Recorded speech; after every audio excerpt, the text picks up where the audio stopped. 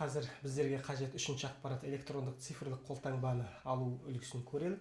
Ол үшін әріптесіміз Әскербек Тұрланұлы бізге көмекке келеді. Біз Әскербек Тұрланұлында электрон цифрлық қолтаңба жоқ екен, осы олқылықтың орнын толтыруға тырысалық.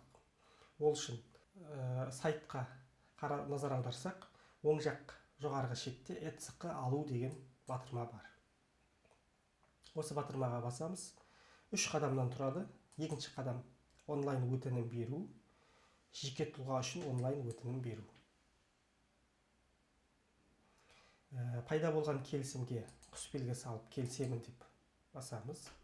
Суреттегі кодты енгіздіңіз дейді. Осы кодты енгізейік. 92 445.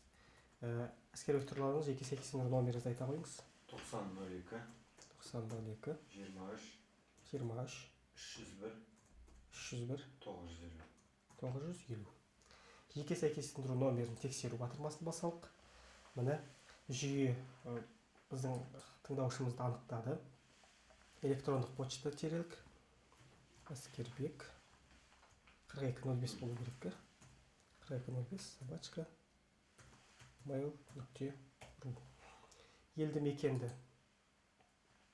Бұл жерде сіз іс-сапар барысында Қазақстан Республикасының қай қаласында, қай облысында жүрсіңіз, сол жерді көрсетуге әбден болады. Қазіргі жағдайда біз Батыс Қазақстан облысы және Орал қаласын таңдаймыз. Кілттерді сақтау орны. Электронды цифрлық қолтаңбаны файлдық жүйеде сақтаймыз.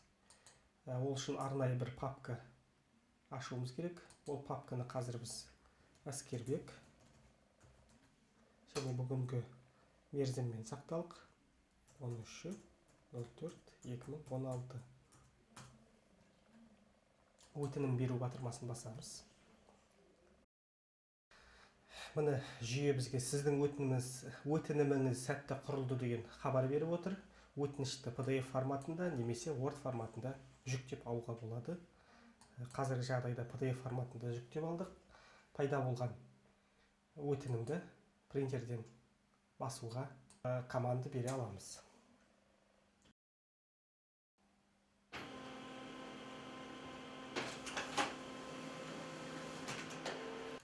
Осы алынған өтінімге қазіргі жағдайда Әскербек Тұрланұлы бүгінгі мерзімді жазып, астына өзінің қолын қояды.